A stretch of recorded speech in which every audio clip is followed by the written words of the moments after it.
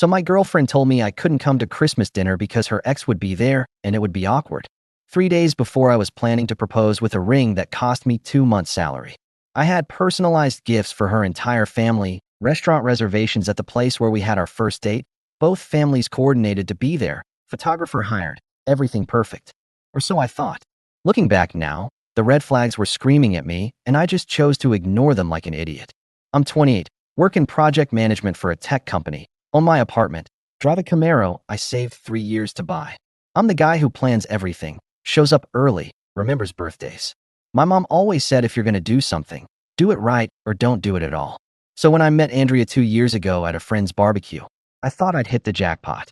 Beautiful, confident, marketing coordinator, loved trying new restaurants, laughed at my jokes. We moved in together after 14 months, and I thought this was it, the person I'd build a life with. Her parents loved me, my family adored her. Everything felt right. Then October hit, and things started shifting. She spent more time on her phone, smiling at texts she wouldn't explain. She'd come home later from office happy hours, give me short, distracted answers instead of actual conversations. The affection dropped off too, less kissing, less cuddling during movies. When I tried to talk about it, she'd brush me off saying she was just stressed about work. So I backed off because I didn't want to be that paranoid boyfriend. Early November, she mentioned this new guy at her company named Jensen. Just casual at first, something funny he said in a meeting, a lunch spot he recommended. But the mentions got more frequent, more enthusiastic. Jensen this, Jensen that, Jensen's so smart, Jensen's so funny. I felt this knot in my stomach every time his name came up, but I pushed it down because I didn't want to be the jealous guy who can't handle his girlfriend having male friends. Red flag number 1 that I completely missed. By mid-November, she started canceling our plans. Movie night became her being too tired and scrolling through her phone while I watched TV alone. The anniversary dinner I'd planned got postponed because she had a work thing she couldn't miss.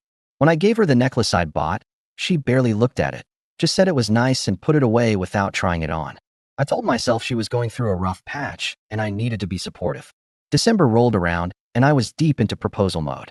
I'd bought the ring back in September, white gold band with a princess cut diamond. I talked to her parents in October and her dad teared up giving me his blessing, told me I was the son he'd always wanted. I'd coordinated with my brother for both families, booked the private room, called the photographer, written out what I was going to say. The plan was Christmas Eve at dinner, then surprise her with the family gathering. I was so excited I could barely sleep. The gifts were my final touch because I actually pay attention. Her dad wanted a nice journal for his morning writing, so I found a leather-bound one with his initials embossed on it. Her mom collected vintage cookbooks, and I'd tracked down 3 rare ones from the 50s. Her sister was graduating design school in May, so I got her a professional-grade sketch set. For Andrea, the necklace plus a weekend trip to this mountain cabin she'd shown me on Instagram months ago. Everything wrapped and ready, sitting in my closet like time bombs of my own stupidity. December 21st, 3 days before Christmas Eve.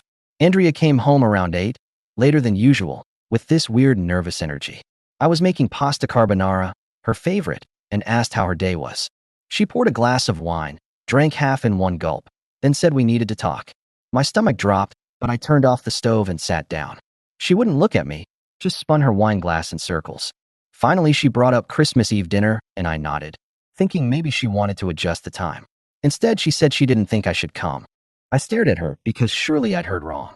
I asked what she meant, and she got defensive immediately. Said Jensen was going to be there, and it would be awkward if I came too. I felt like I'd been punched. Jensen, the coworker she wouldn't shut up about, was going to my girlfriend's family Christmas, and I wasn't. I asked why her coworker was invited to family Christmas, and she said he went through a bad breakup and her mom felt sorry for him. Except she was choosing him over me, her boyfriend of 2 years, the guy who'd bought thoughtful gifts for her entire family. I asked point blank if something was going on with Jensen, and she rolled her eyes, insisted they were just friends. But her voice had that defensive edge. Then she dropped the real bomb, said she was kind of doing me a favor. I asked what she meant, and she explained that she knew I'd been acting weird lately and had a feeling I might be planning to propose, and she didn't want to reject me in front of her whole family at Christmas, so it was better if I just didn't come. The casual cruelty of it, the assumption that she already knew her answer was no, the fact that she cared more about her own embarrassment than my feelings, it all hit me at once. Something in me went cold and calm, that scary calm when you're too angry to even yell. I stood up, walked to the bedroom, grabbed the bag of wrapped gifts from my closet, walked back, and set them on the coffee table. I told her to take them back to her family since I wouldn't be there. She looked confused and tried to say something, but I held up my hand and told her to pack her stuff and get out. She tried to argue, said I was overreacting, it was just one dinner. Like this was about missing a meal and not about her choosing another man over me then acting like she was doing me a favor. I told her she had 1 hour to pack and could get the rest later with a friend present. The ring box was burning a hole in my pocket, but I didn't say anything about it. She tried 3 more times to convince me I was making a huge mistake, that she really did love me and wasn't doing anything wrong. But I was done. I took out my phone and set a timer for 55 minutes. She left with 17 minutes to spare, slammed the door hard enough to rattle the pictures, and I stood there in silence surrounded by Christmas decorations and wrapped gifts for a proposal that would never happen. I called my best friend Liam, and he immediately told me to come stay at his place. I grabbed some clothes and the gifts because I didn't want her taking those after what she'd pulled, and drove to Liam's apartment. Christmas Eve came, and I spent it playing video games and drinking beer instead of proposing to the woman I thought I'd marry. My phone was blowing up with texts from Andrea begging to talk, saying she'd made a mistake, but I didn't respond because what was there to say? Christmas morning, I got a text from her dad saying they'd missed me yesterday, that Andrea told them we'd had a fight but wouldn't say what about, and that whatever happened, I'd always be family to them. Her mom texted the same thing. The texts made me feel worse because I genuinely loved her family, and now I'd lost them too. I texted both back thanking them and explaining that Andrea had uninvited me because she wanted to bring someone else, a coworker named Jensen, and that she'd admitted she would reject a proposal from me if I made one. I kept it factual, didn't trash talk their daughter. Her dad's response was just saying he was so sorry and that she'd made a terrible mistake. Her mom didn't respond at all, and I wondered what conversation was happening in their house. Andrea's texts got more desperate after Christmas. Multiple messages a day saying she'd ended things with Jensen, that it was never serious, that she loved me and wanted to fix things. But even if I believed she'd ended it with him, which I didn't, the damage was done. She'd shown me exactly who she was and what I was worth to her. You don't uninvite your boyfriend of 2 years to Christmas. You don't choose a co-worker over your partner. You don't tell someone you'd reject their proposal and then expect to just walk it back. So I kept ignoring her, spent the rest of the holiday week at Liam's trying not to think about the ring in my sock drawer and the future that had disintegrated in one conversation. The texts didn't stop after New Year's. They got worse, more frequent, more unhinged. Andrea was calling me at 2, 3, 4 in the morning, letting it ring until voicemail, then calling again immediately. I'd silenced her number, but could still see notifications piling up when I woke up. Dozens of missed calls and messages cycling from apologetic to angry to sobbing to threatening and back. Liam told me to block her, but I wanted documentation in case things escalated. Then she started showing up. My neighbor mentioned seeing her car across the street at 6 in the morning. Then at my coffee shop on Saturday, sitting in the corner pretending to read, but watching me the whole time. Then outside my gym, waiting by my car. Every time I'd just turn around and walk away without a word, wouldn't engage, wouldn't give her any reaction. It drove her absolutely insane, which honestly gave me satisfaction after what she'd put me through. Her friends started a coordinated guilt campaign. Jessica sent this long message about how Andrea was crying every day and couldn't eat or sleep and how I needed to give her closure. Madison called me directly and spent 20 minutes explaining how everyone deserves a second chance, and I was being cruel. I told Madison that Andrea had already gotten her second chance when I forgave those red flags. Her third when I didn't dump her the first time Jensen's name came up. Her fourth when she canceled our plans. And she'd burned through all her chances when she uninvited me to Christmas. Madison didn't have much to say after that. Meanwhile, I was doing better than I'd been in months. Turns out getting dumped right before your proposal either destroys you or motivates you. And I decided on motivated. I signed up for a photography course I'd been putting off for years, something Andrea thought was a waste of money. Turned out I was pretty good at it, had an eye for composition. I started spending weekends walking around the city taking pictures instead of watching Andrea scroll through her phone. I picked up extra projects at work and got noticed by upper management for a campaign that brought in a major client. My boss pulled me aside in late January and told me they were starting the process for a senior position and I was their top candidate. I also bought a project bike, an old Harley that needed restoration. Working on it in Liam's garage on weekends was therapeutic, taking something broken and making it whole again. Liam joked I was using the bike as a metaphor for my own life, and he wasn't wrong. I started hitting the gym more consistently too, not for revenge body purposes, but because I needed to burn off energy in a productive way. Having goals that had nothing to do with relationships helped. Early February, I met Celeste. She was in my photography class, always early and prepared, always asked intelligent questions. We got paired for a project about urban landscapes and spent a Saturday walking around downtown taking photos and talking. She was 27, worked as an architect, had this calm confidence that was the complete opposite of Andrea's need for constant validation. She liked planning, appreciated punctuality, valued consistency and honesty. We exchanged numbers for the project and started texting, and eventually she asked if I wanted to grab dinner after class. I was hesitant because it had only been 6 weeks since the Christmas disaster. But Liam convinced me to go, said having dinner didn't mean I was proposing marriage. So I went, and it was easy and comfortable and fun in a way my relationship with Andrea hadn't been in months. Celeste actually listened when I talked, asked follow-up questions, shared stories without making everything about her. She paid for her half without any weird games. When I told her I'd recently gotten out of something serious and wasn't looking for anything heavy, she said she'd recently gotten out of something too and was happy to just see where things went. We started hanging out more. Always casual and low pressure. Photography walks on Sundays, coffee before class, dinner after long work days. She came to Liam's garage once to see the Harley and ended up spending 3 hours helping me sand the gas tank while we listened to music. She met Liam, and he gave me this look afterward that said he approved, that she was good for me. I wasn't ready to call it dating yet, but it was something good, something that made me realize how unhappy I'd actually been with Andrea. Andrea somehow found out about Celeste in early March, maybe through social media stalking or mutual friends. Suddenly, the desperate apology texts turned into accusations. She sent paragraphs about how I'd moved on so fast and clearly never really loved her and was probably cheating the whole time. The irony of her accusing me of cheating when she emotionally checked out for another man wasn't lost on me. I still didn't respond, just screenshot everything and sent it to Liam saying I was definitely making the right choice. Then came the party in late March. A mutual friend's birthday at a bar downtown, and I'd RSVP'd weeks ago, before I knew Andrea would be there. I brought Celeste because we'd been seeing each other over a month, and I wanted her to meet more of my friends. We walked in, and I immediately saw Andrea, saw her see me, saw her face go from surprise to hurt to furious when she realized I had someone with me. I introduced Celeste to people, kept my hand on her back, made it clear we were together without being obnoxious. Andrea spent the first hour glaring from across the bar, drinking too fast, talking too loud. I ignored her, focused on Celeste and our friends, had a genuinely good time despite the weird energy. Then Andrea came over, drunk and swaying, asked if she could talk to me privately. I said no, whatever she had to say she could say right here. She lost it, started crying and yelling about how I'd thrown away 2 years like it meant nothing, how I'd replaced her so quickly, how Celeste wasn't even that pretty and clearly wasn't special. Celeste just stood there calmly while Andrea spiraled, didn't engage, just let Andrea show everyone exactly who she really was.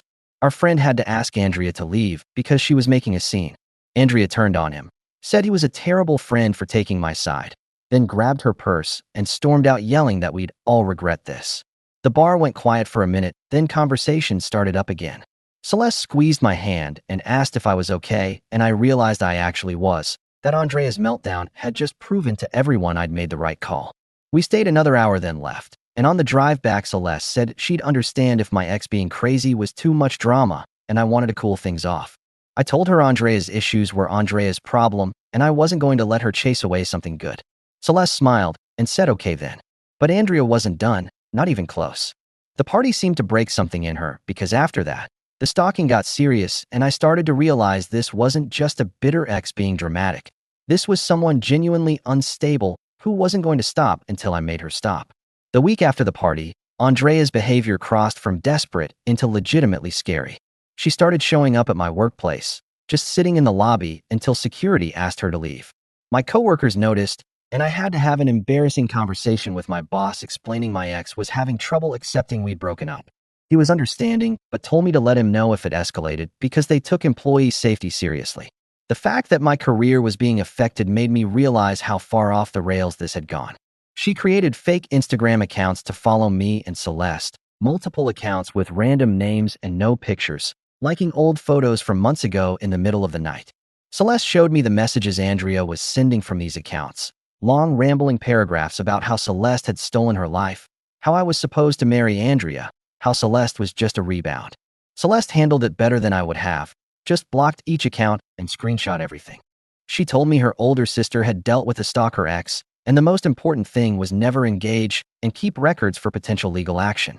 The flowers started in early April. Not romantic bouquets, but funeral arrangements, left on my doorstep with cards saying things like, "For what we lost," or "Mourning what could have been." It was disturbing, this weird dramatic gesture showing how completely Andrea had detached from reality. I photographed each arrangement with the cards and threw them away, added them to the growing evidence folder. My neighbor asked if someone had died, and I had to explain no, just my ex being unhinged. Then Jessica started attacking Celeste online, posting comments on her Instagram calling her homewrecker. She wrote fake reviews on Celeste's architecture firm's page claiming she was unprofessional, completely fabricated nonsense designed to damage her career. Celeste had to contact Instagram and the review sites to get it removed, had to explain to her boss what was happening. That was the moment I decided I needed legal action. I contacted a lawyer Liam recommended, showed him the massive file of screenshots and photos and documented incidents. He said I had more than enough for a restraining order and walked me through filing. We submitted paperwork in mid-April with a court date set for early May. Once Andrea was served with the temporary order, she'd have to stay at least 200 feet away from me, my home, and my workplace, and violations would have actual legal consequences. Andrea was served at her workplace on a Tuesday.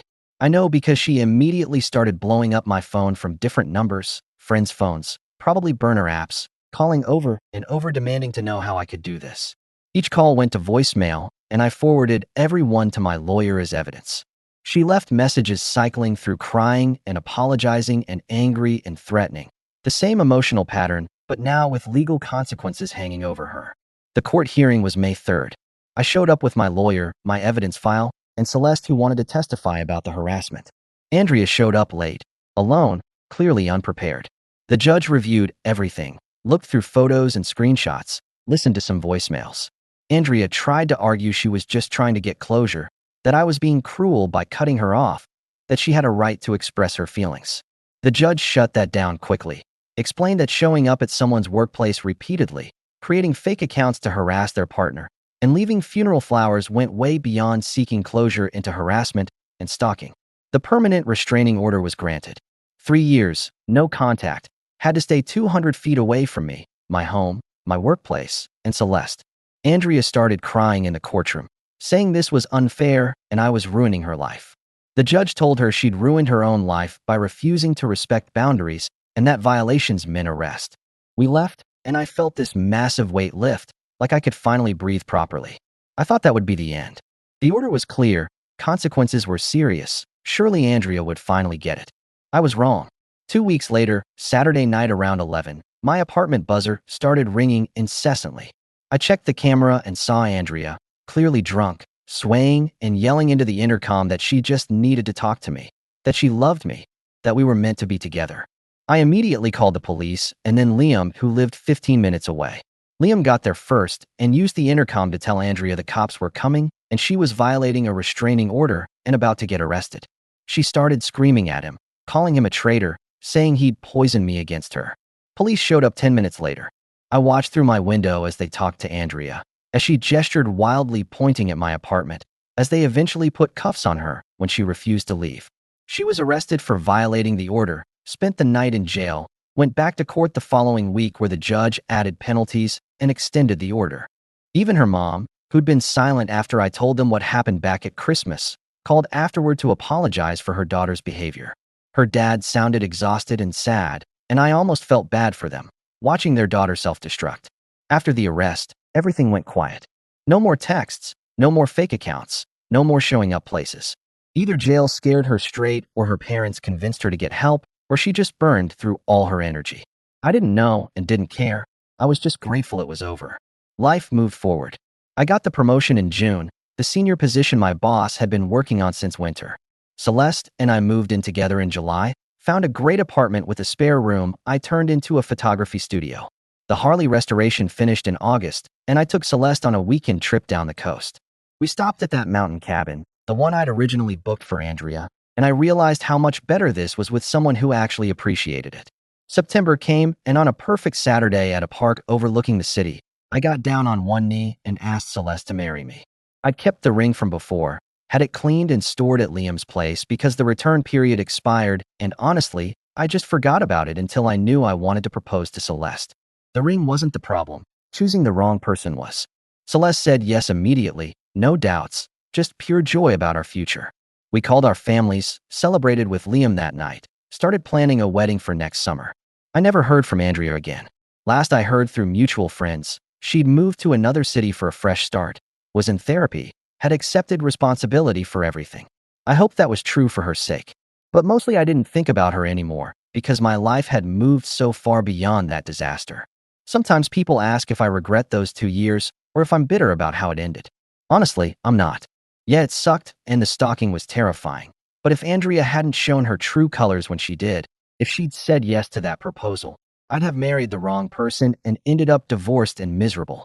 Instead, I dodged a massive bullet, found someone infinitely better, and built the life I actually wanted.